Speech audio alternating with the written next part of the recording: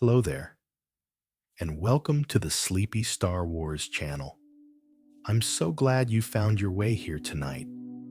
Maybe it's been a long day in your own galaxy, or maybe you're simply ready to drift into the stars, where peace, balance, and destiny whisper like wind through the Force. There's nothing you need to do now but rest. Let your breathing slow. Let your thoughts float like ships in hyperspace, and let your heart grow still, as though held gently in the palm of the galaxy. Because tonight, we're not just falling asleep. We're journeying through the legends of a galaxy far, far away. From ancient battle stations to myths lost in shadow. From kyber-powered horrors to the quiet resistance that rose against them. This is your peaceful voyage through 100 sleepy facts about Star Wars superweapons. A soft, starlit reflection on how even the greatest engines of fear are no match for the enduring light of hope. So settle in, close your eyes, and may the Force be with you, always. 1. The Echo of Fear. In the quiet expanse of the galaxy, long before plans were drawn, or engines awakened, the idea of the superweapon began as a whisper, a fearful thought in the minds of those who sought control. Empires rise and fall, yet the desire to command the stars endures, lingering like a shadow in hyperspace. Superweapons were never just machines. They were symbols molded from fear, forged by those who believed destruction could bring order. In the Force, such intentions ripple outward, unsettling the calm like a stone dropped into still water. And in that trembling silence, the seeds of future catastrophes quietly took root. Somewhere beyond that hush, another legend waits to unfold. 2. Engines born of darkness. Across centuries, warlords, empires, and secret councils reached into the darkest corners of their imaginations to build the unimaginable. These engines of devastation were shaped not only by metal and kyber, but by belief. The belief that overwhelming power could silence dissent, end conflict, or bend destiny. Yet the more devastating the weapon, the deeper the corruption that birthed it. The dark side thrives in such ambition, curling like smoke around every choice, every calculation, every sacrifice made in the name of fear. Engineers toiled in hidden stations, their work echoing through the void like distant thunder. And where that thunder faded, a new, quiet revelation began to rise. 3. The balance trembles. When a superweapon enters existence, the Force itself stirs, uneasy, alert, as though a vast living consciousness senses a wound forming. Jedi masters speak of these tremors as shivers in meditation, faint and chilling, like a cold wind sliding beneath temple doors. The creation of a planet killer distorts the balance, pressing heavily upon the luminous fabric that weaves the galaxy together. Even those without sensitivity feel it in subtle ways. A heaviness in the air, a sense that the stars themselves hold their breath. In these moments, destinies begin to shift, drawing heroes and villains alike toward crossroads they never expected. And from that shifting tapestry, another quiet story takes shape in the dark. 4. Whispers of Power. Long before the Empire rose, long before star systems trembled beneath colossal engines, the earliest civilizations of the galaxy experimented with ideas that brushed dangerously close to superweaponry.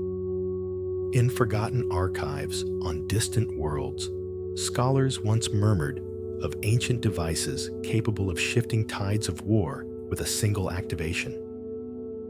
These weren't yet planet killers, but the seeds of ambition lay within them, subtle, patient, waiting for an age willing to nurture their potential. Many of these early designs served as warnings rather than blueprints, reminders of how easily brilliance can turn toward ruin. And as the echoes of those warnings faded across the eons, a new generation of dreamers dared to follow the same shadowed path. And in that lingering shadow, another secret quietly unfolded. 5.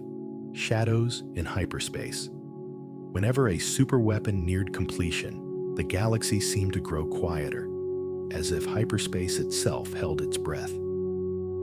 Entire fleets drifted unnoticed through uncharted sectors, carrying supplies, laborers, and components carved from unknown ores. These movements were subtle, masked by bureaucratic layers and falsified reports, hidden beneath the thrum of ordinary galactic life. To those aboard transport ships, the missions felt mysterious. Long journeys through starless corridors with orders never explained. Every screw turned, every circuit bolted in place, contributed to something vast and terrible, though few understood the true purpose. All the while, the Force shivered softly, aware of the weight gathering like a storm behind the veil. And from the heart of that storm, new mysteries waited to be revealed. 6. The cost of devastation. Though superweapons appeared as symbols of effortless domination, their creation demanded extraordinary sacrifice. Worlds were stripped of rare minerals, leaving landscapes scarred and hollow. Entire populations of workers were bound to secrecy, their lives consumed by the endless labor of building machines meant to eclipse the stars themselves. Even the Kyber crystals, those luminous hearts of the galaxy, were torn from sacred caverns, their songs dimmed as they were bent toward violence. Every piece of a superweapon came at a cost not counted in credits, but in spirit. The toll of fear, coercion, and lost futures. And whenever the first test fire lit up the void, that cost echoed outward like a mournful bell, reminding the galaxy what had been sacrificed. And in the fading ring of that echo, the next chapter of fear began to stir. 7. Stars that should never burn. In the quiet reaches of the galaxy, where ancient star fields shimmer like drifting embers, there exists an unspoken truth shared by sages and wanderers alike. Some stars are not meant to burn in violence, yet superweapons often drew upon energies so vast that they rivaled the brilliance of suns, twisting their light into destructive purpose. To ignite such power was to violate the natural rhythm of the cosmos, forcing creation itself to bend toward devastation. Jedi archives speak of these moments as deep shudders in the Force, as though the galaxy mourned each time a star's essence was weaponized. And while engineers recorded numbers and yields, others heard only the sorrow behind them, a cosmic sigh wishing for gentler ages. And from that sorrow, new reflections quietly began to glow. 8. Tremors through the Force. When a superweapon first hums to life, the Force feels it long before any planet or fleet does. Sensitive beings, from masters in distant temples to wanderers meditating beneath alien moons, speak of sudden waves of dread or cold stillness settling over the heart. These sensations do not roar. They whisper, soft and chilling, as though the galaxy is trying to warn its children. Even those untrained may sense something amiss, an inexplicable unease that stirs in their dreams or thoughts. The emergence of such destructive power disrupts balance, sending faint ripples outward that touch every living being. It is a reminder that the Force is alive, attentive, and deeply aware of the choices made by civilizations. And in those ripples, another quiet moment drifts into view. 9. Galactic storms. Behind every superweapon lies a climate of unrest, political storms that gather slowly, year by year, until they erupt in ambition and fear. Empires do not create planet killers during peaceful times. They build them when trust fractures, when tension coils like thunderclouds along hyperspace lanes. Senators argue in echoing halls, military leaders whisper behind closed doors, and citizens sense change in the air, though they cannot name it. These storms shape minds, harden hearts, and make unthinkable projects seem necessary to those who fear losing control. Yet within these tempests, small voices of caution always rise: diplomats, scholars, idealists. Their warnings carried on gentle currents that struggle to be heard. And as the storm swells, another tale begins to gather on the horizon. 10. Stillness before ruin. Before a superweapon reveals itself, there is always a strange and heavy stillness, a pause in the galaxy's breath. Fleets grow restless in their docks. Senators sense unease in their chambers, and distant outposts report eerie silences along trade routes. It's as if the stars themselves try to warn their travelers, glowing a little dimmer, flickering like candles before a storm. Moments before calamity, the force becomes dense and watchful, as though preparing to cradle the lives soon to tremble under the shadow of destruction.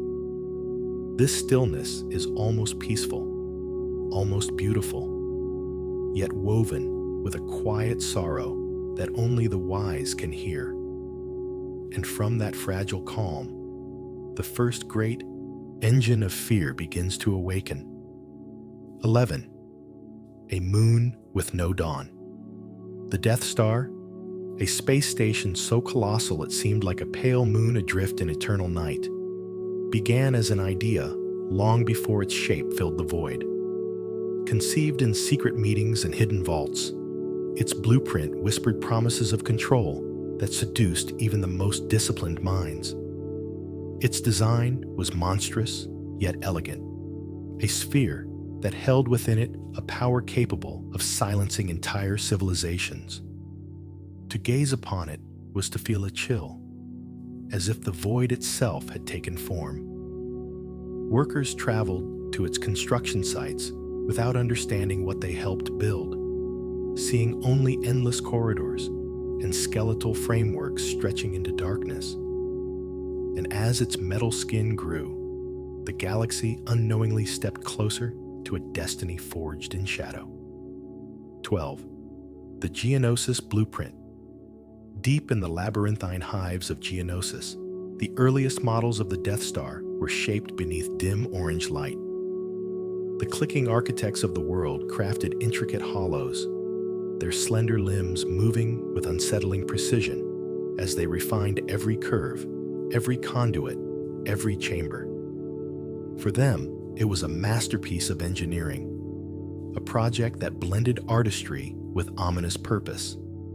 Few outside their circles understood the scale of what was being conceived, yet the blueprint carried a heaviness that even the driest desert winds could not dispel. Within that glowing hologram pulsed the foreshadowing of destruction, a faint hum that echoed across the future. And from those first luminous lines, the shadow of the station began its long journey toward reality. 13. Silent orbits. As the Death Star began its long construction, far from prying eyes, it drifted through hidden sectors in slow, deliberate arcs. Unlike starships that traced bright trails across hyperspace, the station moved with an eerie grace, its path known only to a handful of command officials. Great tugs and carrier vessels nudged it between construction phases, guiding the growing sphere through stretches of space where starlight barely reached. Those stationed aboard during these early relocations described the silence as unsettling, a hollow hum that echoed through unfinished corridors and unlit hangars.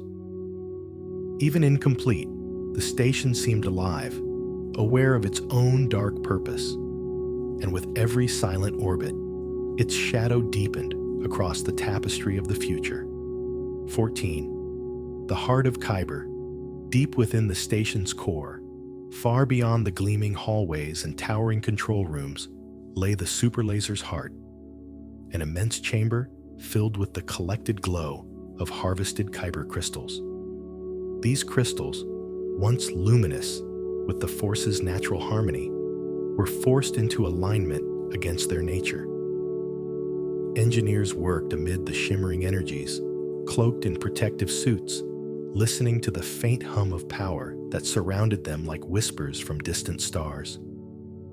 To the Force-sensitive, the chamber felt unsettling, as though the crystals themselves were crying out in a song no one was meant to hear. The super laser was not simply a machine. It was a wound, pulsing with stolen light, and from that aching radiance, a new chapter of fear prepared to unfurl. 15. Laser, that whispers doom. When the Death Star's super laser first activated in controlled tests, it did not roar. Instead, it gave off a low, resonant pulse, a sound like the universe exhaling in sorrow. The beam, a concentrated ribbon of emerald fire, swept across asteroid fields and barren moons, leaving behind trails of drifting dust. Observers stood in stunned silence, struck by the quiet beauty of the beam, even as they sensed the devastation it promised. Across the galaxy, the Force rippled once more, carrying the faint tremor of this new power to Jedi in meditation and wanderers sleeping under alien skies. The weapon spoke not in thunder, but in an unsettling hush that foretold catastrophe. And in that hush, the story of the Death Star marched steadily toward destiny. 16. The Void. Inside life. Aboard the Death Star was unlike life on any other vessel in the galaxy. Its corridors stretched endlessly, lit by pale white strips that hummed softly, like artificial starlight.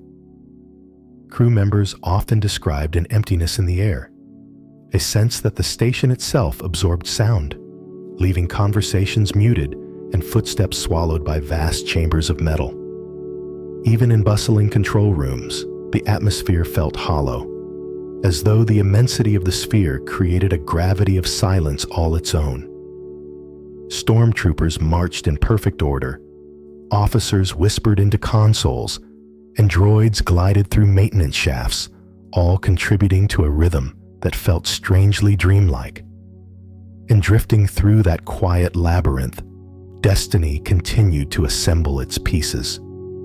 17. The Trench of Destiny. Along the equator of the Death Star ran the famous trench, a deep, linear canyon carved into the station's surface like a scar. It was a place of maintenance ports, shield projectors, and hidden conduits, but to those who studied the schematics, it seemed almost symbolic, a narrow path where fate would one day race at impossible speed. Engineers once walked its length in silence, their boots echoing softly against metal walls as they inspected panels under cold illumination. They could never have imagined that one day starfighters would soar through that very channel, weaving between turbo laser fire in a final desperate charge. The trench was built for machinery, not legends. And yet, within its steel embrace, a legend waited patiently to be born. 18. The Battle over Yavin. When the Death Star emerged near Yavin, gliding into view like a pale watching moon, the galaxy seemed to hold its breath. The station's approach was slow, deliberate, and eerily silent, a vast shadow drifting toward the small rebel base nestled beneath the moon's thick jungles. Pilots strapped into their starfighters with steady hands, their thoughts quieted, not by confidence, but by resolve. Above them, the Death Star's gleaming surface reflected distant starlight, serene and cold. Even in the heat of combat that soon followed, there was a strange beauty to the battle.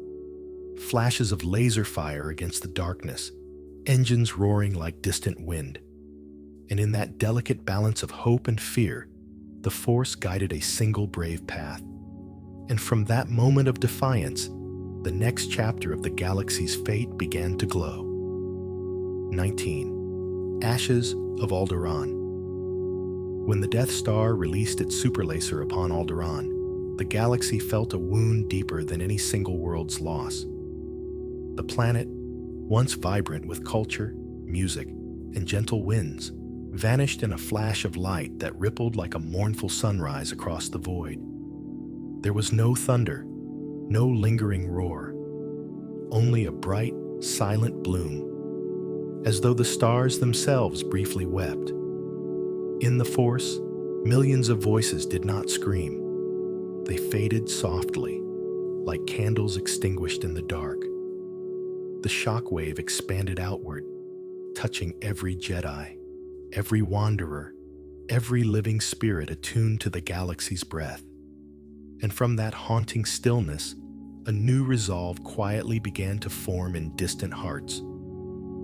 20. Echoes in the Force.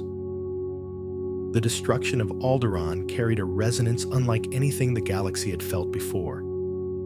Jedi masters scattered across distant sectors paused their meditations, struck by an overwhelming emptiness, a silencing of life so vast that it echoed through the Force like a cold wind rushing through hollow stone.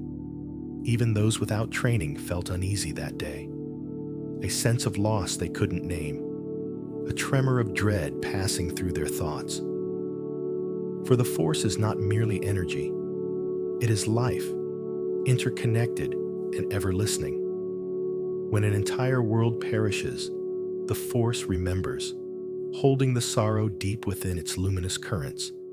And though fear spread quickly, hope stirred quietly in its wake, carried by those who felt the imbalance.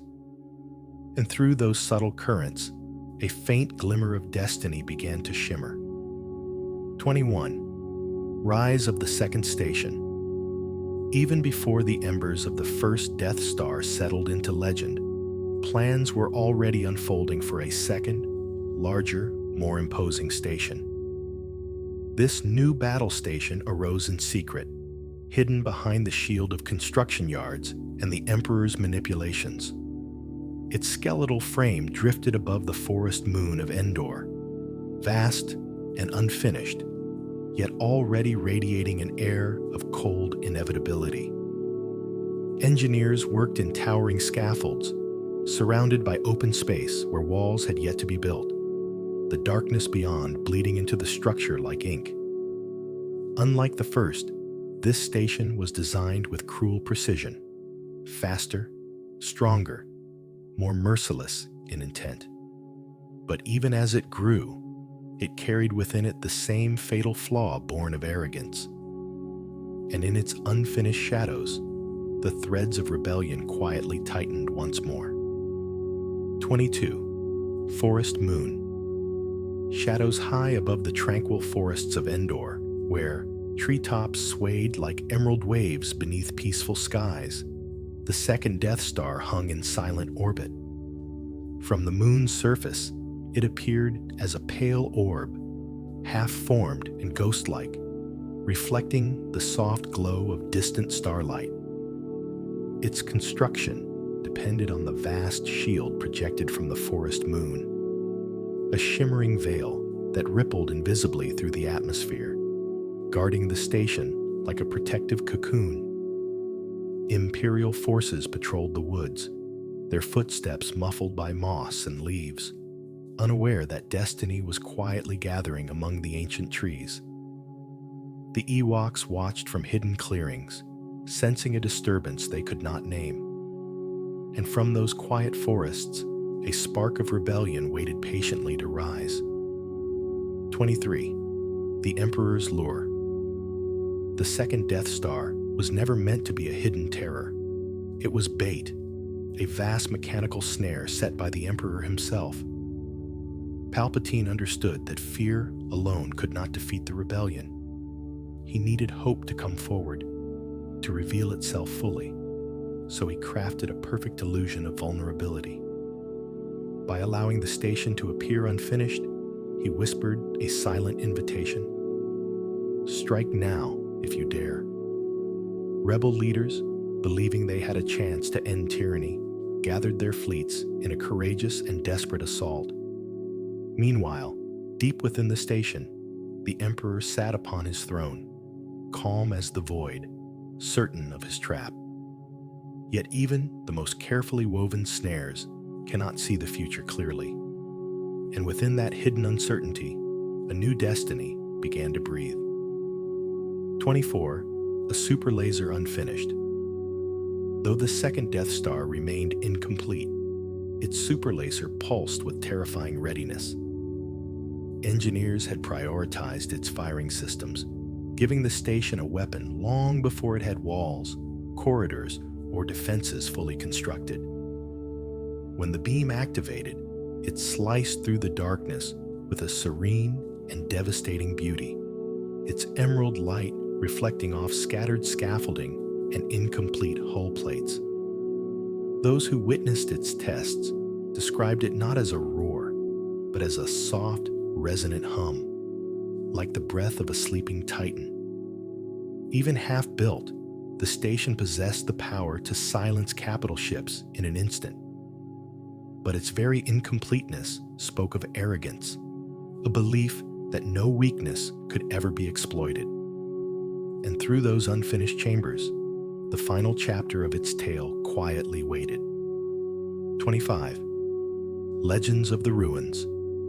After the fall of both Death Stars, their remains drifted through the void like haunted moons, their shattered fragments whispering stories of fear and defiance. Pieces of the first station scattered across space, slowly cooling as they tumbled through silent darkness.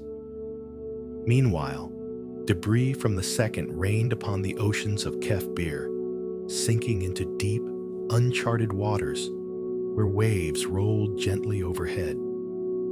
Scavengers later spoke of eerie echoes within the broken corridors, as if the station still remembered the footsteps of those who once walked its gleaming halls. Time softened the sharp edges of metal, and with it, softened the memory of terror. And from those quiet ruins, the galaxy learned that even its greatest monsters eventually crumble into silence. 26. Starkiller's Breath. Long after the era of the Death Stars, a new superweapon stirred beneath layers of snow and stone, the ominous creation known as Starkiller Base. Unlike stations forged in orbit, this weapon was carved directly into the crust of an icy planet, its machinery humming deep beneath frozen forests and quiet valleys.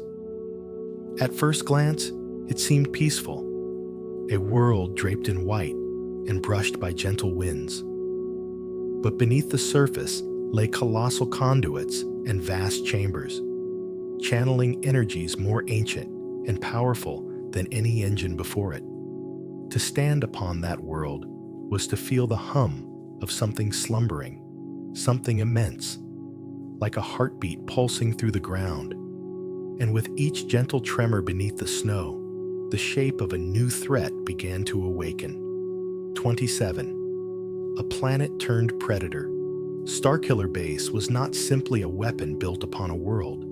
It transformed the entire planet into a machine of unimaginable reach. Caverns once carved by ice were reshaped into focusing arrays, while mountains hid colossal reservoirs capable of storing stolen stellar energy. The planet itself became a predator, feeding upon stars as though drawing breath from the heavens. Yet, even in its terrible purpose, there was a strange serenity on its surface. Quiet groves of frost-covered pines, crystalline rivers frozen beneath pale skies, and snowflakes drifting gently despite the mechanical heart beating below. Pilots who flew above its surface spoke of an unsettling beauty, a world caught between nature and nightmare. And from that frozen stillness, the next chapter of fear began to bloom. 28. Harvesters of Suns. Deep within Starkiller Base lay the ancient machinery responsible for its most haunting ability, the harvesting of stellar energy. When the weapon awakened, the sky above the icy forests would dim, as though twilight had arrived too early. The sun itself seemed to waver, its warmth softening, its glow fading like a dying ember.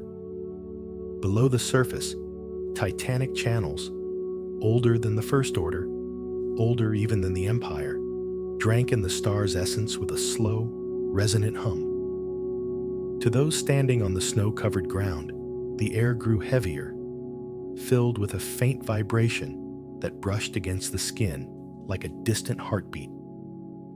And as the light of the sun was consumed, the planet felt strangely calm, as if holding its breath in anticipation.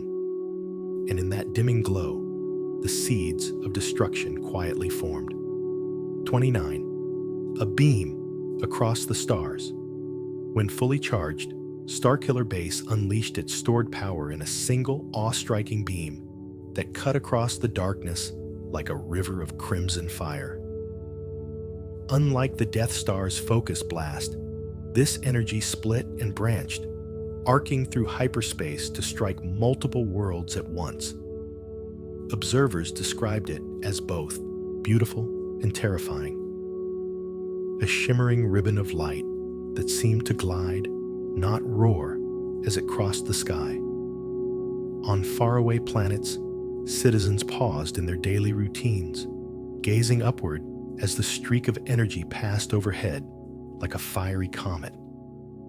They did not yet understand what they were witnessing, only that something immense was occurring beyond their reach. And when the beam reached its targets, the night became tragedy, and from that distant flash, the galaxy's trembling continued to grow. 30. Snowfall before cataclysm.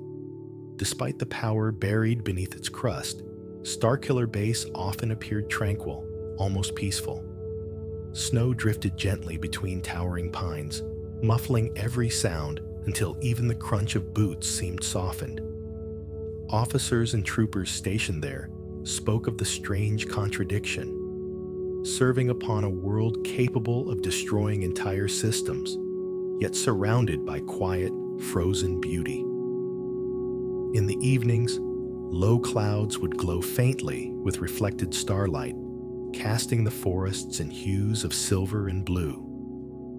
It was a place where footprints vanished quickly beneath new snow, and the wind carried only whispers through the branches.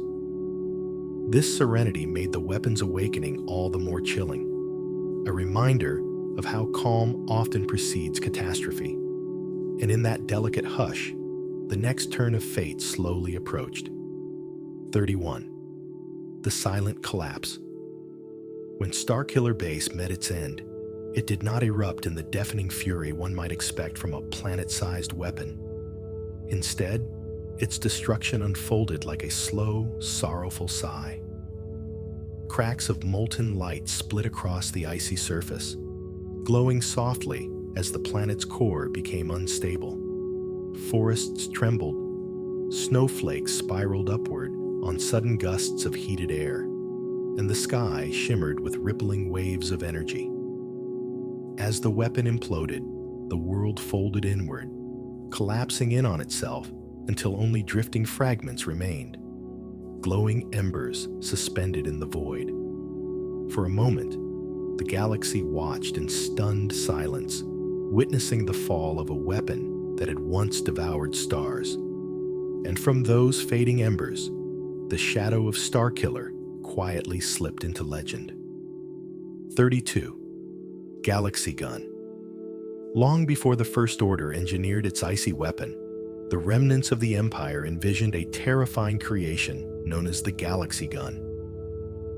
Unlike the colossal stations that dwarfed moons, this device took the form of a sleek, towering cannon, a quiet sentinel drifting near the Imperial stronghold at Biss.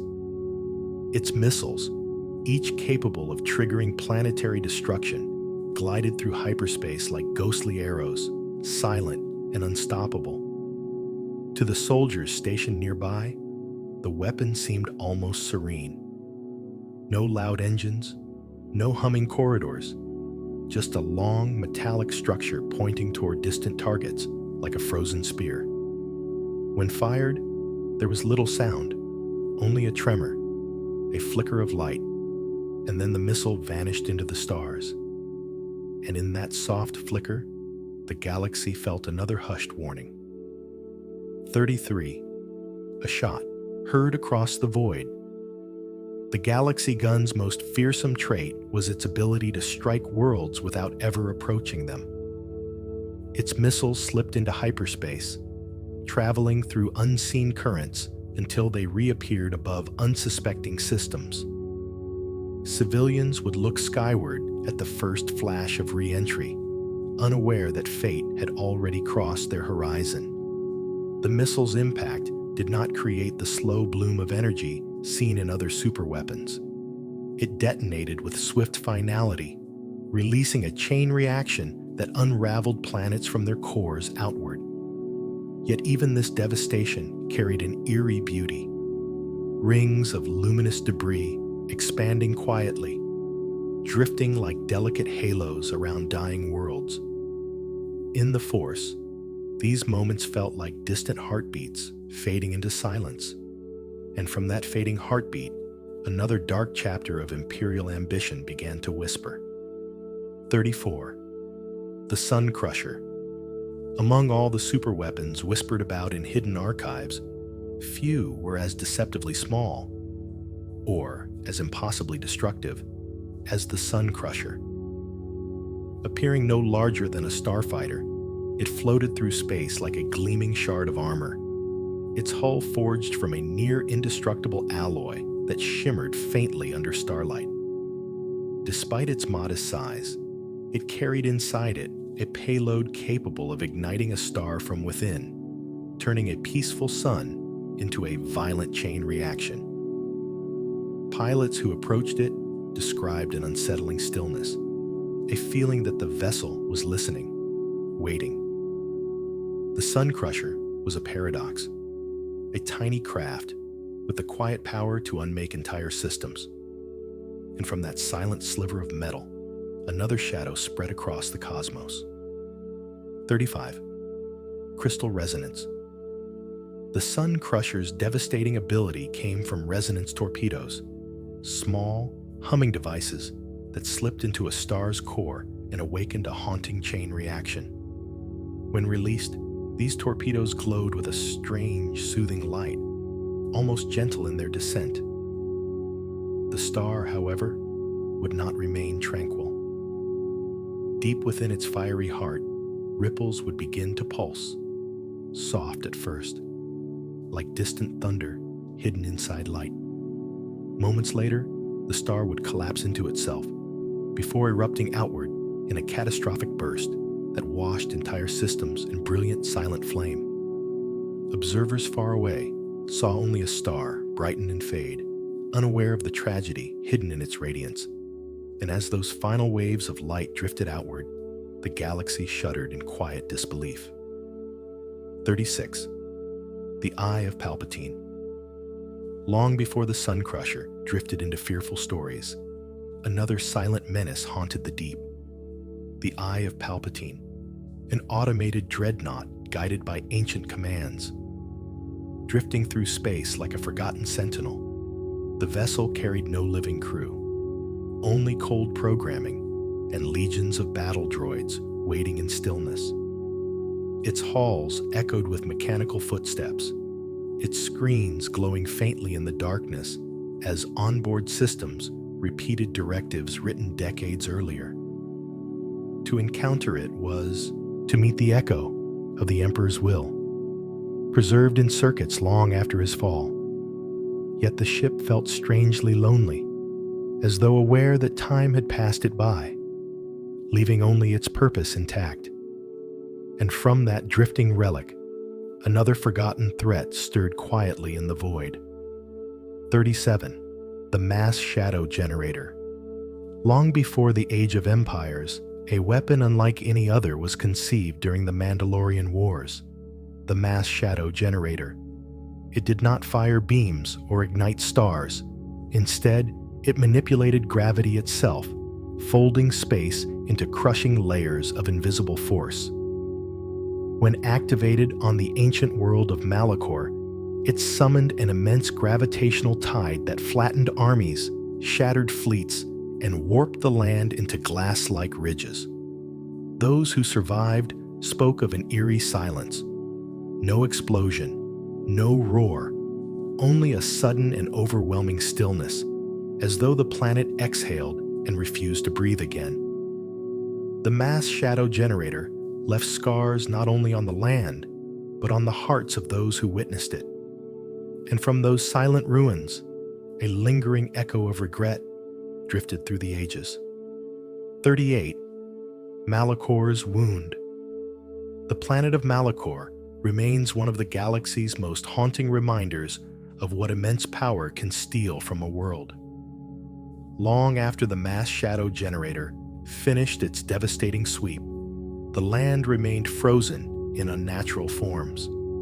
Jagged stone, ash-black canyons, and statues of warriors suspended in their final moments.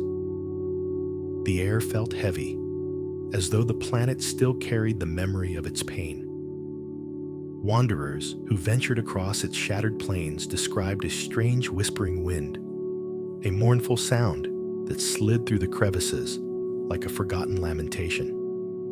Even the Force seemed dimmer there, quiet and watchful, as if wary of awakening old wounds.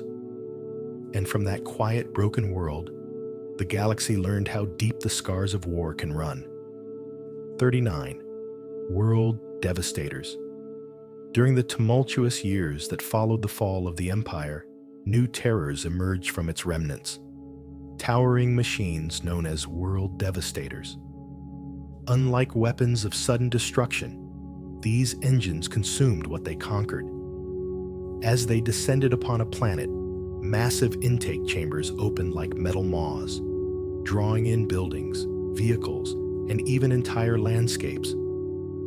Inside, the materials were broken down and reforged into new weapons, new ships, new engines of war. Their movements were slow and mechanical, accompanied by the deep, rhythmic groan of endless machinery. To watch a world devastator at work was to witness a planet being quietly unmade, piece by piece, under a sky that offered no answers. And from those grinding echoes, the shadow of mechanized hunger continued to spread. 40. Factories of Hunger. Every world devastator carried within it a labyrinth of automated forges, vast mechanical hearts that beat with cold precision. Deep inside their armored frames, smelting chambers glowed like artificial suns, melting down everything drawn into their colossal intake ducts. The machines worked tirelessly, reshaping stolen materials into new warships and weapons, each one born from the remnants of the worlds they consumed. The sound inside was a constant metallic rumble, like distant thunder rolling endlessly through hollow valleys. Those who escaped spoke of the devastators as if they were living creatures, driven by a relentless appetite that could never be satisfied. And from that churning mechanical hunger, another chapter of fear quietly unfolded. 41. Sith Alchemy of Destruction. Long before mechanical superweapons dominated the galaxy, the ancient Sith shaped devastation through darker means, through rituals, alchemy, and knowledge drawn from the deepest shadows of the Force. Their weapons were not always machines. Some were forged from corrupted crystals, living metal, or creatures enhanced to monstrous size. Sith sorcerers believed that true power came not from technology alone, but from bending life itself to their will. Their creations pulsed with dark energy, humming softly like forgotten chants, echoing through ancient temples. To encounter one of these artifacts was to feel the Force twist slightly around you, as though reality itself had been coaxed into unnatural form. And from those ancient forges of malice, the lineage of darker weapons began to take shape. 42. Weapons forged in malice. Sith superweapons often combined forbidden technology with the raw power of the dark side, producing constructs that seemed almost alive. Some could drain the life from entire armies, Others could amplify fear until entire populations fell to despair without a single shot fired. Their creators poured their hatred into every design, shaping metal and energy with emotions so intense that the artifacts retained a faint echo of their makers long after they were gone. These weapons were rarely grand in scale, but their influence spread like a cold whisper through the Force, subtle yet devastating. Those who uncovered them centuries later described a chill, a sense of being watched by something ancient and unkind. And from that lingering chill, the next shadowed tale began to drift forward. 43. The Thought Bomb. Among the most haunting creations of the ancient Sith was the Thought Bomb, an arcane weapon woven not from metal or energy, but from pure, concentrated darkness in the Force. Crafted through a ritual of terrible unity, it was unleashed only when an entire brotherhood of Sith focused their malice into a single catastrophic pulse. When ignited, the Thought Bomb did not shatter stone or burn landscapes. Instead, it trapped the minds and souls of every Force-sensitive caught in its radius, suspending them in a timeless void. The planet remained intact, eerily quiet, while echoes of the fallen lingered like faint whispers. Those who later walked those grounds felt an inexplicable chill, as if the air remembered. And from that silent remembrance, another shadowed story drifted into legend. 44. The Devastation Sphere.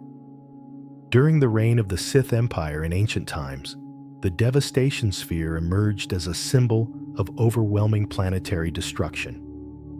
Unlike the moon-sized weapons of later ages, this machine resembled a titanic orb of obsidian metal, drifting through space with a slow, deliberate grace. When it descended upon a world, dark energy radiated from its core, dissolving structures and landscapes as if time itself were unraveling. The sphere's hum filled the air with a low, resonant vibration, one that travelers described as both mesmerizing and horrifying. Its power was immense, but its movement was calm, almost serene, as though it mourned the worlds it unmade. And from each dissolved horizon, the galaxy felt the soft echo of ancient fear. 45. Infinite fleet, infinite hunger. During the era of the Eternal Empire, another superweapon rose. Not a single ship or machine, but an entire fleet fueled by inexhaustible ambition. The Eternal Fleet moved like a unified storm. Its ships linked through hyper-advanced droid minds that communicated without sound, emotion, or hesitation. When unleashed, the fleet flowed across systems like a dark tide, overwhelming defenses not through sheer firepower alone, but through unending numbers. Each ship glowed with pale blue energy, pulsing softly as though the entire armada shared a single heartbeat. To see them approach was to feel inevitability, a quiet, cold certainty that resistance would crumble beneath their synchronized advance. And from that approaching tide, the galaxy learned that sometimes the deadliest weapon is the promise of no escape. 46. Ion Tempests. Among the Eternal Empire's most chilling creations were the Ion Tempests, vast energy storms unleashed through devices that manipulated atmospheric charge and planetary magnetism. Unlike traditional weapons, these storms did not surge forward with explosive fury. They blossomed slowly, spreading across skies in shimmering waves of pale blue lightning. Entire cities were enveloped in crackling silence as the tempest drained energy from every machine, every droid, every circuit, leaving civilizations in motionless darkness. The air grew heavy during these events, humming with an almost musical resonance, as though the planet itself was holding a trembling note. Survivors spoke of the strange beauty of it all, of skies lit like frozen auroras, And from the final flicker of each fading storm, a quiet dread settled over the worlds they touched. 47. The Harrower Dreadnought. Long before the Empire of Palpatine forged its triangular fleets, the ancient Sith Empire deployed immense Harrower-class dreadnoughts, warships whose very silhouette inspired unease. With split bows and sweeping engines, they glided through space like colossal predators searching for their next conquest. Though not superweapons in the traditional sense, their sheer presence on the battlefield was enough to shift the course of entire wars. Inside, corridors pulsed with red illumination, casting long shadows that swayed with each hum of the engines. Sith Lords often walked these halls in silence, their footsteps echoing softly through vast chambers designed to amplify their authority. To encounter a Harrower was to feel the weight of ancient power, and from each drifting shadow cast by their hulls, new whispers of fear traveled the stars. 48. Dark holocron designs. Hidden within ancient pyramidal holocrons were designs and blueprints for weapons so dangerous that even the Sith guarded them with wary reverence. These holocrons glowed with dim crimson light, their holographic projections swirling like drifting smoke as forgotten schematics emerged. Some designs were technological, early precursors to planet killers or gravity disruptors. Others were far more sinister, tied to rituals and force manipulation techniques capable of reshaping minds or corrupting entire regions of space. To open such a holocron was to feel a chill in the soul, as if the knowledge inside were alive, eager to be remembered. Jedi, who later recovered these relics, handled them with quiet caution, sensing the dark intentions embedded within their instructions. And from those glowing holocron whispers, yet another ancient tale began to awaken. 49. The Star Forge. Among the oldest and most mysterious of all superweapons was the Star Forge, a colossal spaceborne foundry built by the ancient Rakata. Suspended above a swirling red star, it drew energy directly from the sun's burning heart, forging endless fleets of warships with a precision that seemed almost magical. But the forge was not merely a machine. It was alive with the dark side, feeding on emotions like fear, anger, and ambition. Those who approached it felt its hunger in quiet whispers, urging them toward conquest. Its assembly lines moved with fluid grace, forming starships as though sculpting shadows from light. The Star Forge could build forever, so long as hatred existed. And from that endless pulsing hunger, the galaxy learned how creation itself could be twisted toward ruin. 50. Creation through corruption. What made the Star Forge truly terrifying was not just its scale, but the way it shaped everything it touched. Ships formed within its glowing chambers carried a faint echo of the forge's malice. Subtle, but present like a shadow, etched into the metal. Even those who commanded these vessels felt themselves slowly influenced, their thoughts darkened by the same energies that fueled the machine. The forge turned creativity into corruption, transforming the simple act of crafting into a quiet spreading of darkness. Jedi, who later studied its remains, described a lingering heaviness, as though the space around it remembered centuries of war. And from that dim remembrance, a chilling understanding drifted outward into the stars. 51. Superweapons of the unknown regions. Beyond familiar star charts, hidden deep within the cold labyrinth of the unknown regions, lay forgotten experiments and abandoned prototypes left behind by empires long vanished. These superweapons, never completed or never tested, drifted among silent stars where maps ended and myths began.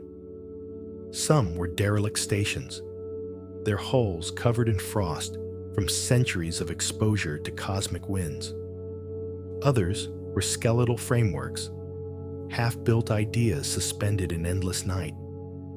Travelers who stumbled upon them spoke of eerie sensations, as if they had awakened something ancient simply by approaching. In these quiet, forsaken corners of the galaxy, power slumbered in metallic husks, waiting patiently for curious eyes. And from those still, frozen relics, the faintest whisper of history continued to echo in the dark. 52. The Maw Installation. Hidden within a swirling cluster of black holes known as the Maw, lay one of the Empire's most secretive research outposts. Isolated from the galaxy by impossible gravity tides and distorted space, the Maw installation floated in eerie calm at the center of chaos. Scientists and engineers lived in perpetual twilight, their windows showing only the distant glow of trapped stars bending around invisible forces. Time felt different there, stretched thin by proximity to so many singularities. It was in this quiet, unnatural cradle that some of the Empire's most dangerous superweapons were conceived. Every hum of machinery echoed strangely, as though vibrating through layers of warped space. And from that contorted silence, ideas both brilliant and terrible quietly took shape. 53. The Darksaber weapon. Conceived within the Maw's hidden forges, the Darksaber superweapon stood apart from other Imperial creations. Crafted as a massive, cylindrical platform with a sleek, elongated barrel, it resembled a simplified Death Star, stripped of its bulk, its corridors, and its vast, city-like interior. What remained was pure purpose, a focused superlaser mounted on a formidable space frame. The beam it produced was narrow but devastating, a thin line of emerald fire cutting across the void with cold precision. To crew members stationed aboard, the structure felt strangely hollow, as though the weapon itself lacked the presence of a true battle station. Yet its power was undeniable, humming softly like a blade being drawn in slow motion. And from that humming light, another whisper of the Empire's ambition drifted outward. 54. The Tarkin. Before either Death Star darkened the galaxy, the Empire experimented with an earlier battle station known simply as the Tarkin.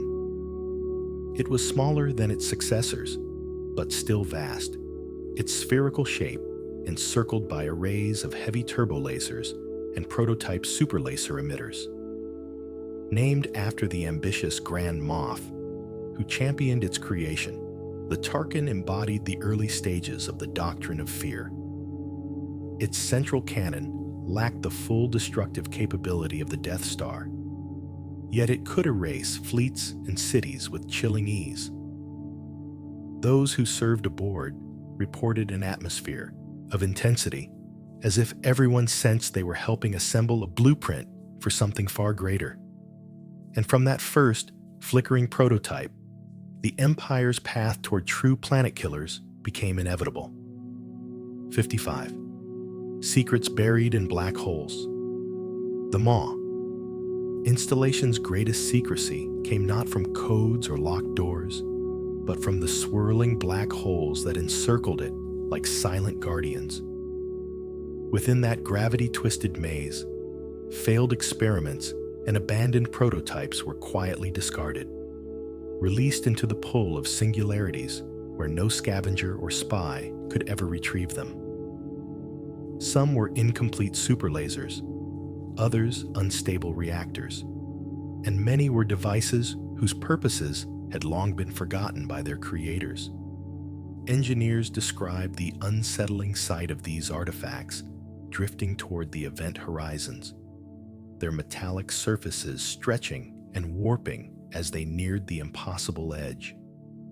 Each vanished without a sound, swallowed by darkness that offered neither judgment nor remembrance. And from that endless erasure, the Empire buried its secrets beneath the folds of the universe. 56. Sith planet crackers. In the shadowed eras before the Republic rose to prominence, legends tell of Sith superweapons capable of cracking entire planets open like fragile shells. These so-called planet crackers were not elegant machines like later engines of destruction. They were brutal tools of raw power, often combining ancient technology with rituals steeped in malice.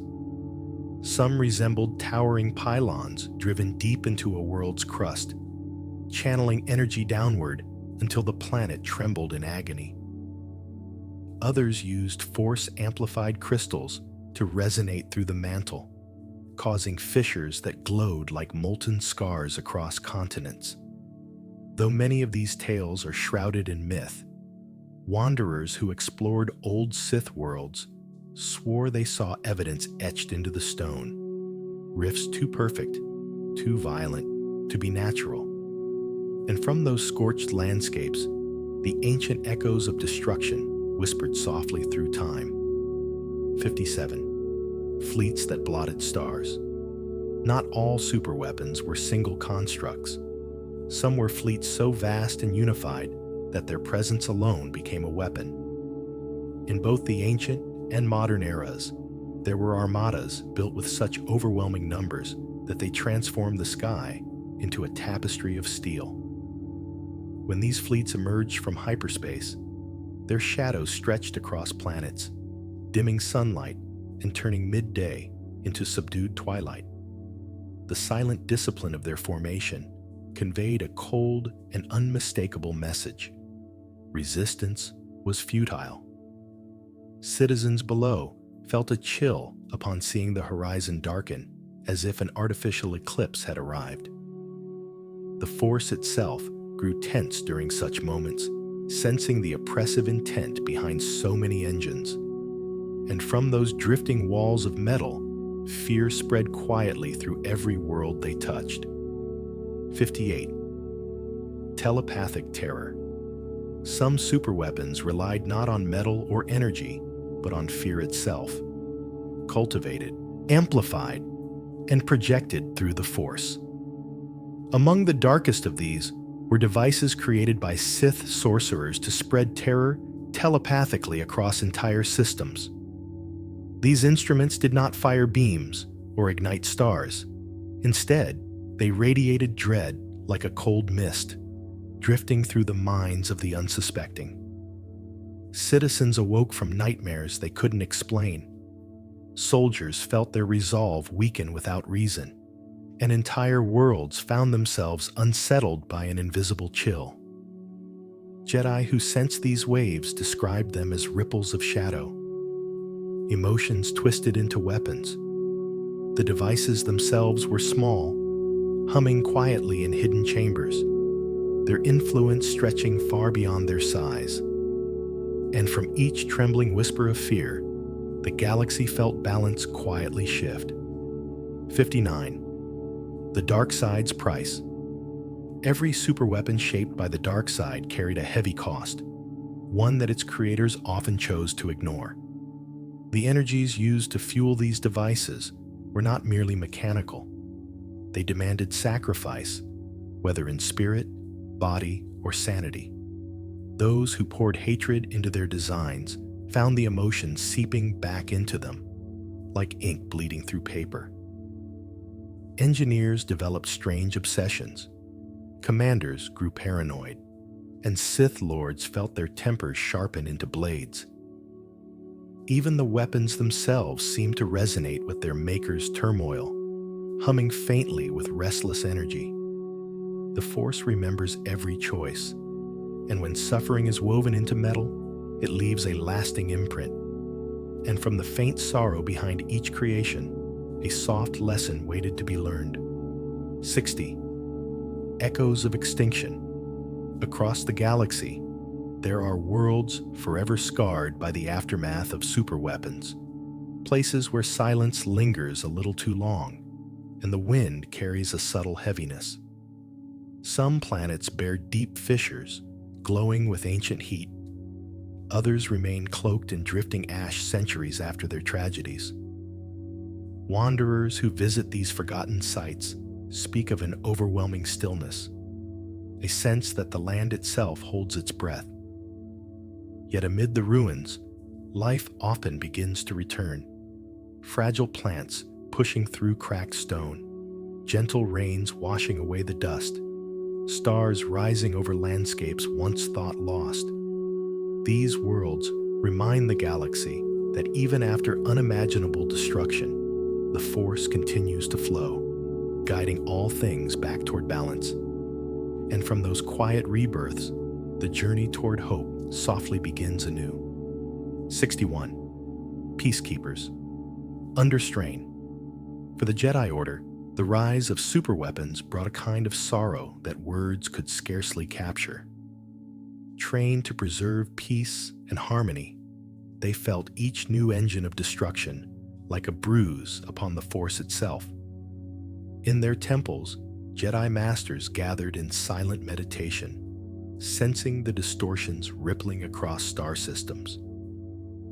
Younger Jedi struggled with the weight of these visions, flashes of worlds trembling under beams of fire, or the empty coldness left behind after a weapon's pulse.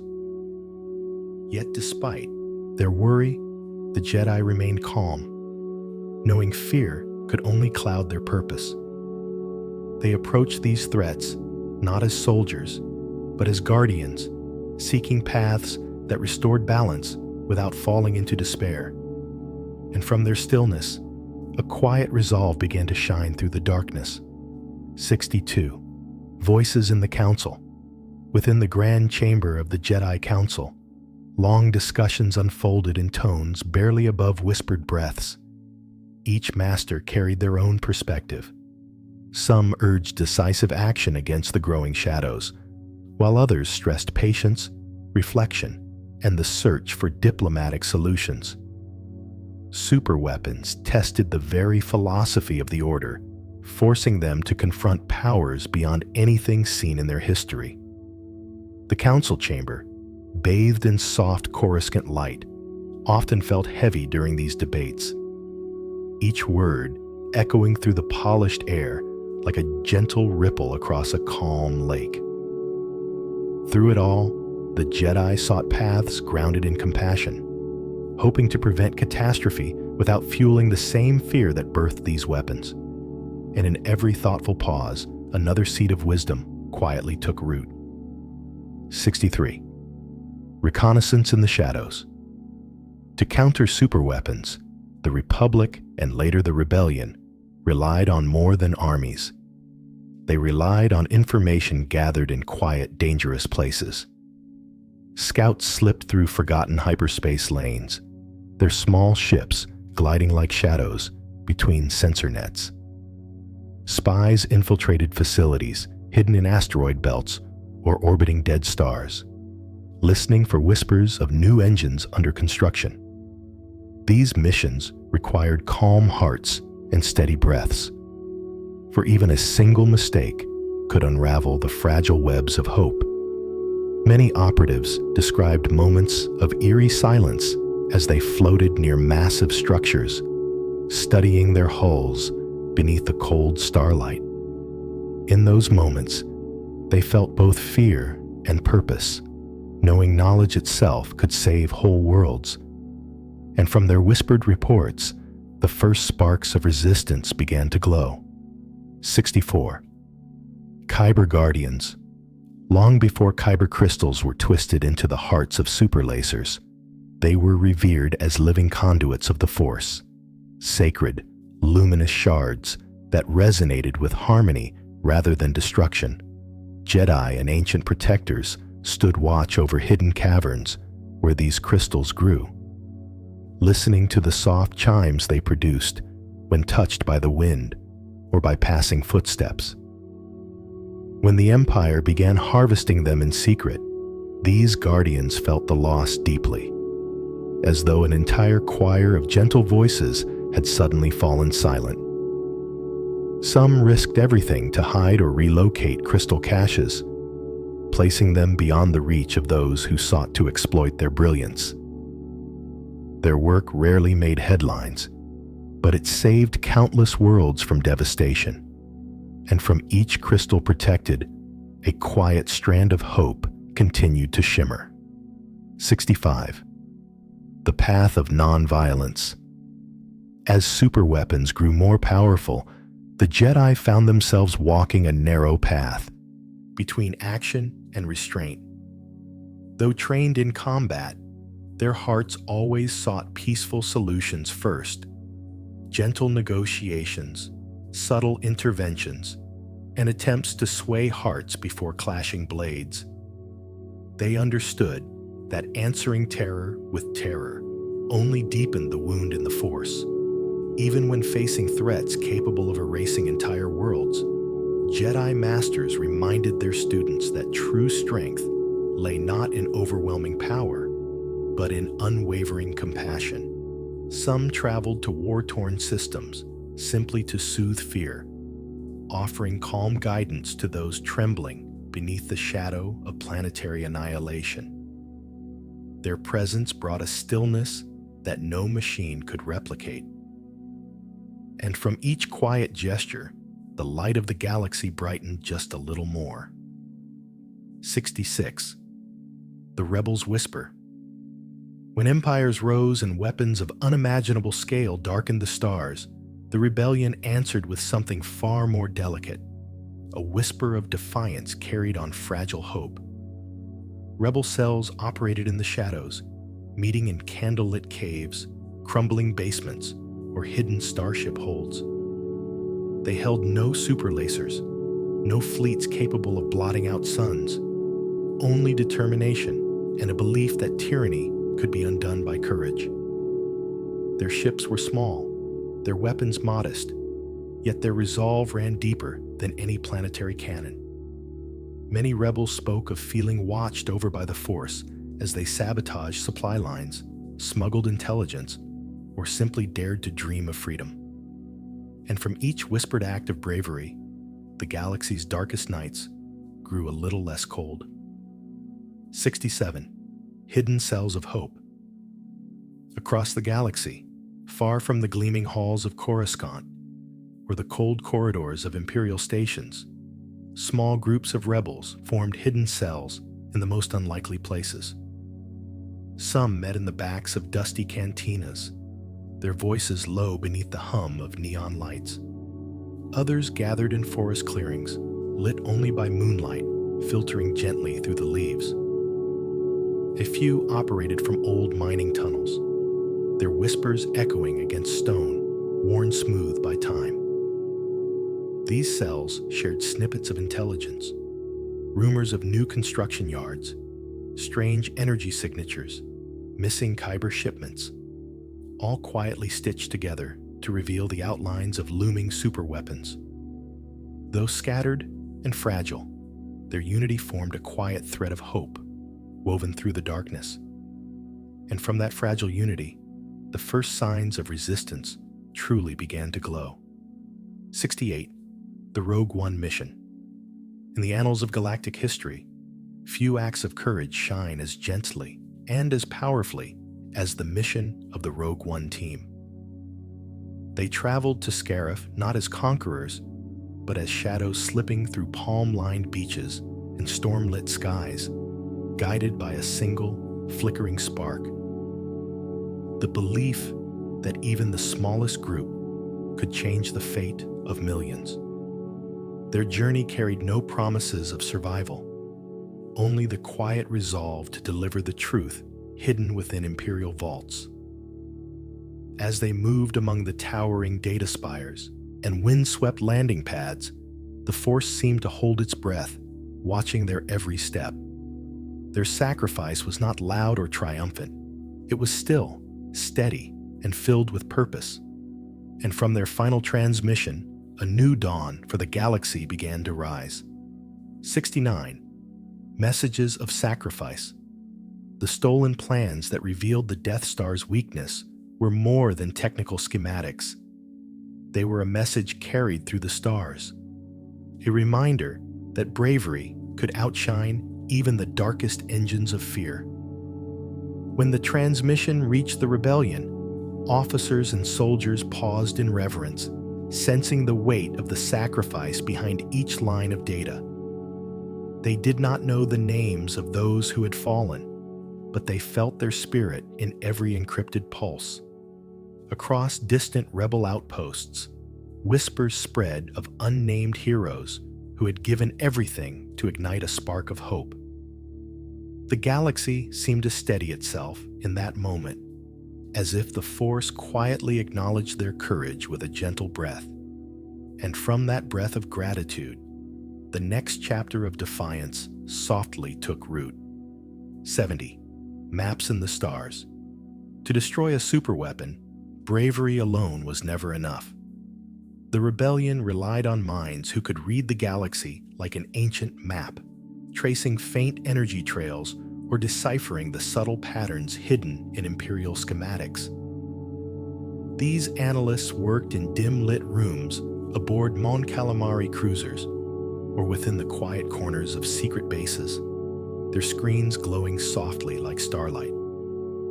Piece by piece, they assembled the Death Star's weakness: the narrow trench, the flawed exhaust port, the overlooked conduits. Every discovered detail felt like the universe offering a quiet clue, a whisper of guidance through the Force. Their work was patient, gentle, meticulous, guided not by glory, but by a hope for peace. And from each carefully plotted line, the path toward freedom slowly came into focus. 71. Resistance in the snow. When Starkiller Base emerged as the First Order's new engine of terror, the Resistance faced a cold and daunting challenge.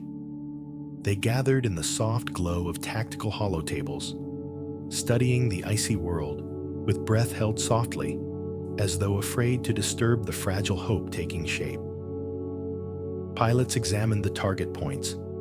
Engineers traced energy vents etched beneath frozen valleys, and commanders listened for that quiet sense of rightness the Force sometimes offered. Outside their bunkers, snow fell gently across the Resistance camp, muffling footsteps and calming anxious hearts. The stillness of the night wrapped around them like a blanket, grounding them before the storm to come. And from that quiet, snowy night, courage began to crystallize like frost upon their fingertips. 72. Codes and sabotage. Not all victories against superweapons came from grand battles. Many were won through small acts of sabotage carried out in hushed corridors and forgotten control rooms. Resistance spies slipped into enemy facilities disguised as technicians, their footsteps barely audible over the hum of generators.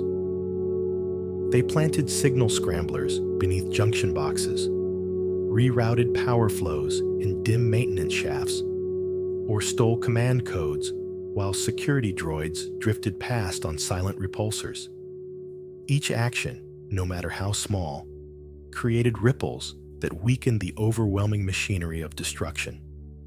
Some agents never revealed their true names, disappearing into the stars after their mission was complete. Yet their quiet deeds saved worlds. And from each subtle act of defiance, the machinery of fear grew just a little less certain. 73. The Engineers of Freedom. Behind every battlefield victory, there were quiet minds working in workshops and hangars lit only by soft amber glows. These were the engineers of the rebellion, mechanics, technicians, and inventors who shaped hope with their hands. They reinforced starfighter hulls with salvaged plating, tuned hyperdrives to outrun Imperial destroyers, and built small devices that betrayed massive stations with whispered pulses. Many of them were not soldiers. They were ordinary beings who once repaired speeders or maintained water pumps on distant worlds. Yet when darkness fell across the stars, they used their gifts to restore balance. In the gentle hum of their tools, You could almost feel the force guiding their craft. And from every spark they nurtured, resistance glowed a little brighter in the dark. 74. Lessons passed down. As empires rose and fell, the galaxy learned from each scar left behind by superweapons. Historians, Jedi survivors, and wandering scholars gathered records of past catastrophes, determined that future generations would understand the dangers of unchecked ambition. These lessons were shared in quiet academies and small village halls, told beneath lantern light or beneath open skies where stars shimmered like watchful guardians. Stories of Alderaan, Malachor, and countless unnamed worlds became solemn warnings spoken with reverence, not bitterness. Even younglings, listening with wide, wondering eyes, sensed the weight of these tales. Knowledge became a shield, soft but powerful, forged not from metal, but from memory. And from each lesson remembered, the galaxy inched closer to wisdom over fear. 75. Hopeful sparks. For every superweapon built to dominate the stars, there were countless small acts of kindness that kept the galaxy from losing its way. Families offered shelter to rebels on the run. Traders smuggled food to blockaded planets. Pilots risked their lives to escort refugees through dangerous hyperspace lanes. In these quiet acts, hope glowed like faint embers, fragile yet warm enough to survive the coldest of nights. Even beneath the shadow of weapons capable of erasing entire worlds, beings across the galaxy found reasons to care, to comfort, to protect one another. Hope did not roar like a superlaser. It drifted gently, like a candle's flame that refused to die. And from that enduring glow, the promise of a brighter tomorrow softly took shape. 76. The Force as a compass. When the galaxy trembled under engines of destruction, many turned not to weapons, but to the quiet guidance of the Force. Jedi, wanderers, and even ordinary travelers closed their eyes and sought its gentle currents, hoping to sense the right path amid the darkness. Sometimes it came as a feeling, an instinctive nudge to change course, a whisper urging caution, or a sudden clarity in moments of confusion. Other times, it was subtle, like the soft warmth that settled across the heart when a choice aligned with harmony. The Force did not shout over the noise of war. It spoke in stillness, reminding beings that even amid superlasers and star-shattering threats, peace could still be heard. And from that quiet inner glow, many found the courage to take their next step. 77. Stars as witnesses. Throughout history, every superweapon test, every fallen world, and every whisper of rebellion unfolded beneath the endless gaze of the stars. These distant suns watched silently as civilizations rose and fell, as empires forged their terrible machines, and as small acts of bravery challenged them. Pilots often spoke of moments before battle when they would look up from their cockpits, seeing the constellations stretch across the canopy like ancient guardians. In that vastness, their fear softened, replaced by a gentle understanding of how small each weapon truly was. Planets could be shattered, fleets erased, but the stars remained, constant, unmoved, and quietly enduring. And from their steady shimmer, hope found a place to hold on. 78. The burden of the survivors. After every catastrophe wrought by superweapons, survivors carried a unique weight, a mixture of grief, gratitude, and quiet determination. Some rebuilt their homes, stone by stone, placing each new beam or tile with reverence for what once was. Others planted gardens atop shattered soil, allowing life to return where fire had once swept. Many simply gathered in silent circles at dusk, sharing stories, lighting candles, or watching the sky, until the ache in their hearts eased. Though the scars never vanished completely, the survivors' resilience became a testament to the galaxy's spirit. Even in the wake of unimaginable destruction, beings found ways to heal, to love, to hope again. And from that healing, new beginnings slowly blossomed beneath the returning stars. 79. Silence after storms. In the quiet hours following the destruction of a superweapon, a strange stillness often settled across the galaxy. Communication slowed, battles paused, and even the Force seemed to release a long, weary sigh. Survivors aboard starships floated in gentle silence, listening to the faint hum of life support systems as they processed what had just unfolded. Planets spared from annihilation held moments of collective breath. Citizens gathering in plazas or on rooftops to gaze at the sky. The absence of danger felt almost unreal, like waking from a nightmare and touching the world to ensure it still existed. In these soft pauses, hope cautiously bloomed, delicate yet resilient. And from that fragile stillness, the galaxy's heartbeat slowly began to steady again. 80. The flow of the Force. Throughout each age of turmoil, the Force continued to weave its invisible threads through all living things, adapting, shifting, and healing in ways most beings could scarcely perceive. When superweapons unleashed devastation, the Force rippled outward like waves across a silent lake. Jedi felt these tremors as subtle shivers in meditation, a sign of suffering far away. But with each act of compassion, each choice rooted in mercy rather than fear, the Force regained its harmony piece by piece. Even in the darkest times, it whispered gentle reminders that balance was not lost forever, only waiting to be restored. To those who listened, it offered comfort, a soft assurance that light still moved quietly beneath the shadows. And from those quiet ripples, a path toward renewal slowly revealed itself. 81. The weight of choice. Superweapons were born from decisions, some driven by ambition, others by fear, desperation, or pride. Yet every act of resistance, every spark of rebellion, was also a choice, a moment when someone, somewhere, decided that destruction was not destiny. Pilots chose to fly despite impossible odds. Spies chose to gather intelligence even when discovery meant certain death. Entire communities chose to shield one another from tyranny's grip. These choices, humble and heroic alike, shaped the galaxy more deeply than any beam of fire. They proved that the most powerful force was not found in machines, but in the quiet courage of everyday beings. And from each gentle act of bravery, the future bent softly toward hope.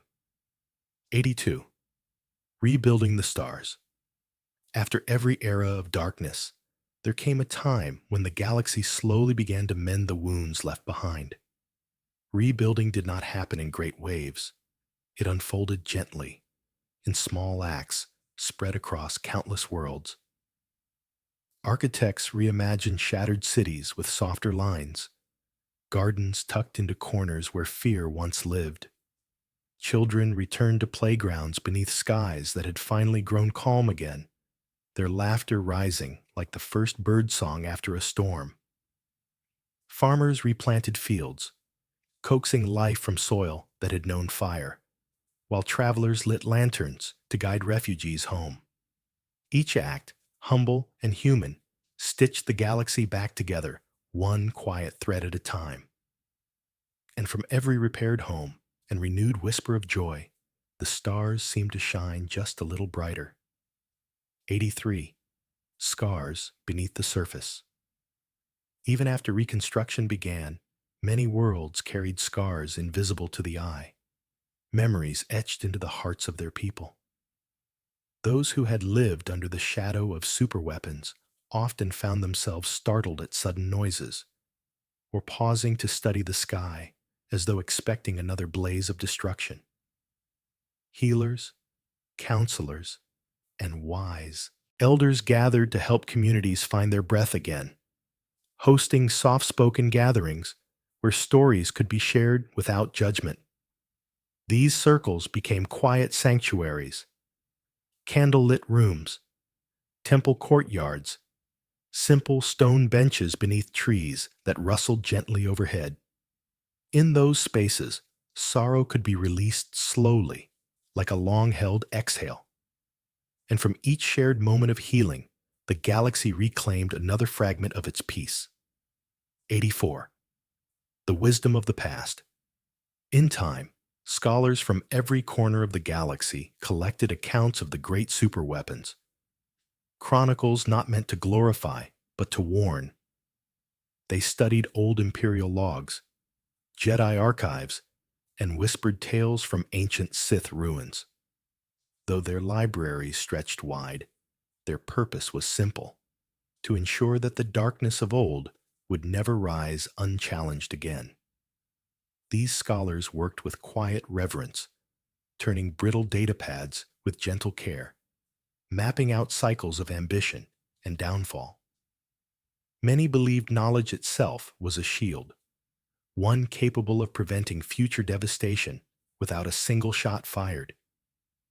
Their classrooms felt almost sacred, filled with the soft glow of holoprojectors and the hum of wisdom passed down through centuries.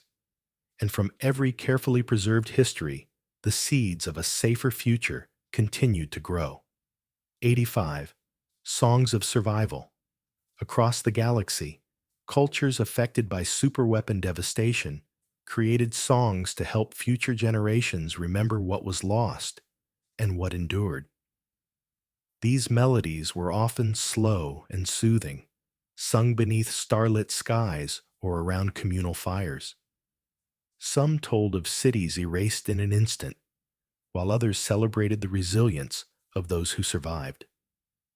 The tunes often carried a hopeful lilt, rising gently like dawn after a long night. Musicians played on simple instruments: flutes made of river reed, drums shaped from repurposed metal, strings woven from local fibers, each note a quiet promise that life would continue. Travelers who heard these songs described a deep calm washing over them, as though the galaxy itself were humming a lullaby. And from each fragile melody, the memory of endurance drifted softly into eternity. 86. Pilgrimages to lost worlds. Over time, certain worlds scarred by superweapons became places of quiet pilgrimage. Visitors arrived not to dwell on destruction, but to reflect, to breathe, and to feel the presence of the Force in its rawest form. On Malachor, wanderers walked among frozen stone ridges beneath a sky heavy with memory, their footsteps slow and respectful. On Jedha, travelers lit small lanterns in carved alcoves, honoring those who had fallen beneath Imperial hunger for Kyber. Even near the debris fields of the Death Stars, small memorial outposts offered places for quiet contemplation, their lights flickering softly against the vastness of space. These journeys reminded beings that even in broken places, peace could be found. And from each silent pilgrimage, healing rippled gently through. The Stars. 87. Quiet Guardians. Long after the battles faded, guardians arose, individuals who dedicated their lives to watching for signs that new superweapons might one day return. They were not soldiers or spies, but vigilant observers who lived in remote outposts, abandoned observatories, or aging space stations drifting above barren moons. Their work was patient and contemplative. They scanned distant sectors, traced unusual hyperspace signatures, and listened for faint whispers across encrypted channels. Many spent years alone, accompanied only by the soft hum of their equipment and the steady glow of the stars outside their windows. Though their service remained unseen by most, their watchfulness kept the galaxy safer than any shield generator. And from their solitary vigil, reassurance spread like a warm breeze through the Force. 88. Libraries of Light. After the fall of the great empires, small groups of archivists and Jedi scholars began gathering in peaceful enclaves to rebuild the galaxy's fragmented understanding of the past. These places became known as libraries of light, sanctuaries where knowledge was cherished as deeply as life itself. Holocrons glowed softly in dim chambers, casting gentle patterns across polished stone floors. Recovered data cards whispered with restored histories, tales of courage, warnings of excess, and gentle reminders of balance. Visitors entered these spaces with hushed steps, sensing a tranquility that seemed to flow through every wall. Children studying there often fell asleep beside their datapads, wrapped in the warmth of shared wisdom. And from these quiet libraries, the galaxy's understanding grew as calm and steady as a rising dawn. 89. The Quiet Architects. Not all heroes of the post-war era were warriors or scholars. Many were architects who believed the galaxy could be gently reshaped through beauty, harmony, and thoughtful design. They traveled to worlds wounded by superweapons and offered plans that blended nature with renewal. Homes were built, with open courtyards, where flowers bloomed beneath star-filled skies. Memorial gardens grew around impact craters, turning scars into tranquil sanctuaries. Even bustling cities softened their silhouettes, adding flowing waterways and quiet walkways where beings could linger beneath lanterns.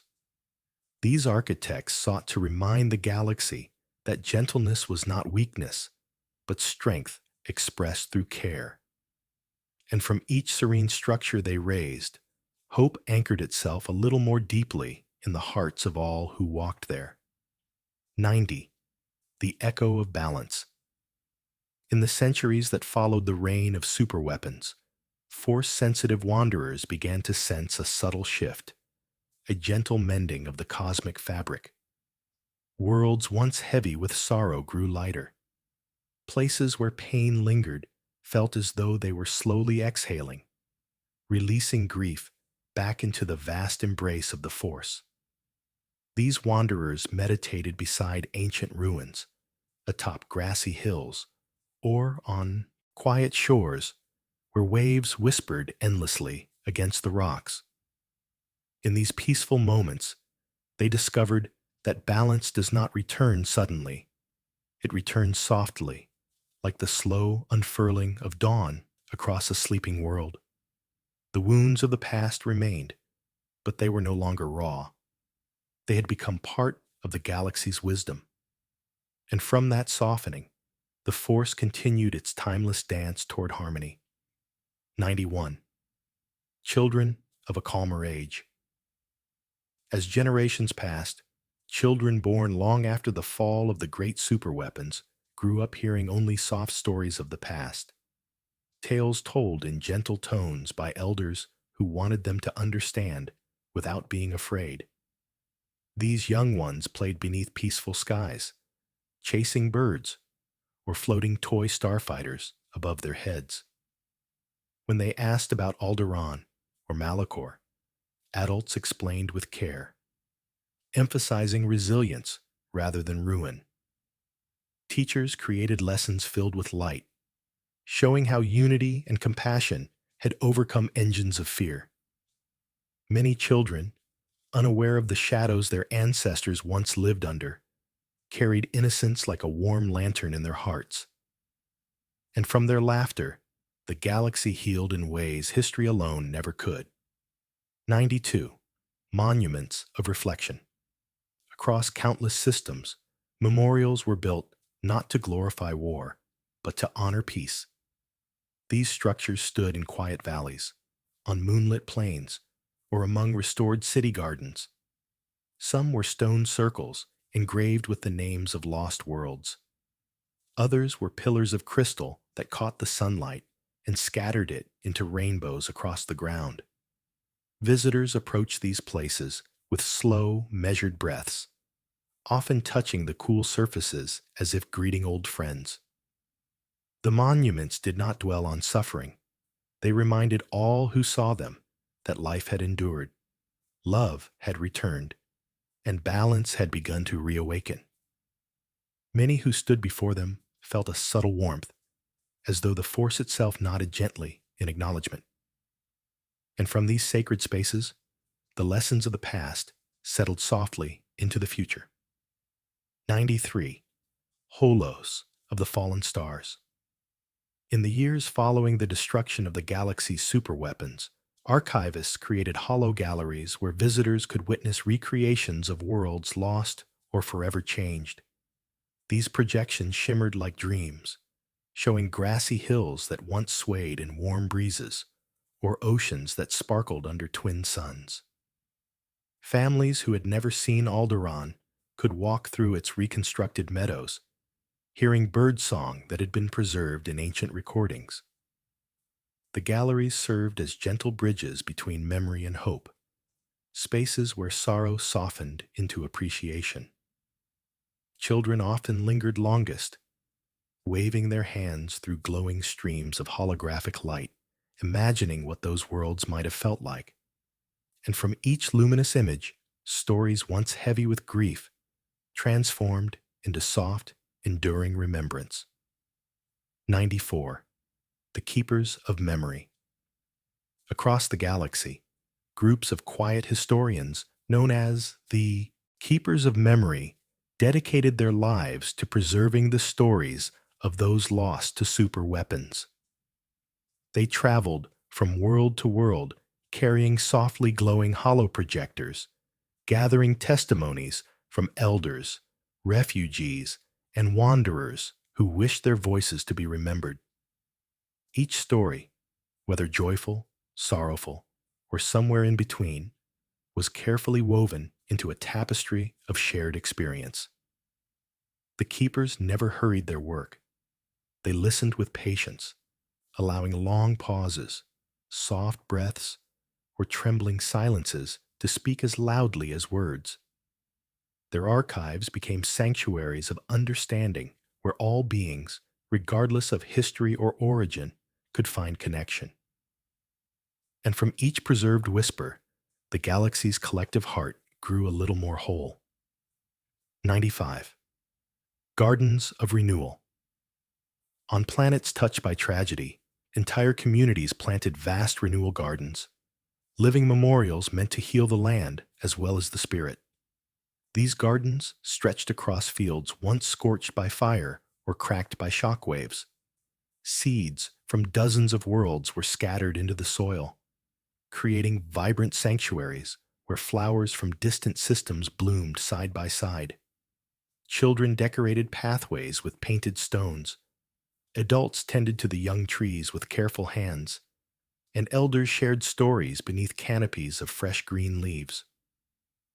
Visitors who wandered these spaces felt a calm settle over them, as though the force flowed more freely through ground reclaimed by life.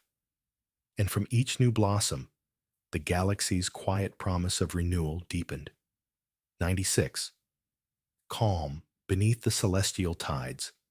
As peace began to stretch across more and more worlds, starfarers spoke of a subtle shift in the currents of hyperspace. Long jumps felt smoother, and navigation seemed blessed by an unexpected clarity, as if the galaxy itself breathed more comfortably. Pilots who spent years among the stars described the sensation as a gentle easing of tension that had lingered unseen for generations. They felt it while drifting through nebulae tinted with soft lavender light, or while crossing the vast, silent darkness between remote systems. In these tranquil moments, many sensed that the Force was knitting the galaxy back together, stitch by delicate stitch. And from each quiet voyage, a deeper harmony began to resonate through the stars. 97. The gentle watch of the monks. On quiet worlds, far from the core, small monastic orders took on the role of peaceful guardians in the centuries after the age of superweapons. These monks lived in simple stone temples or driftwood sanctuaries, perched on cliff edges, overlooking endless seas. Their lives were dedicated to meditation, healing, and the preservation of balance. At dawn, they greeted the rising sun with soft chants, their voices carried by ocean breezes or mountain winds. Many believed that by maintaining inner harmony, they could help soothe the lingering wounds left across the galaxy. Travelers often sought them out, resting in their serene courtyards or listening to their gentle teachings. And from these humble sanctuaries, calm radiated outward like ripples upon a still pond. 98. Stars reborn from darkness.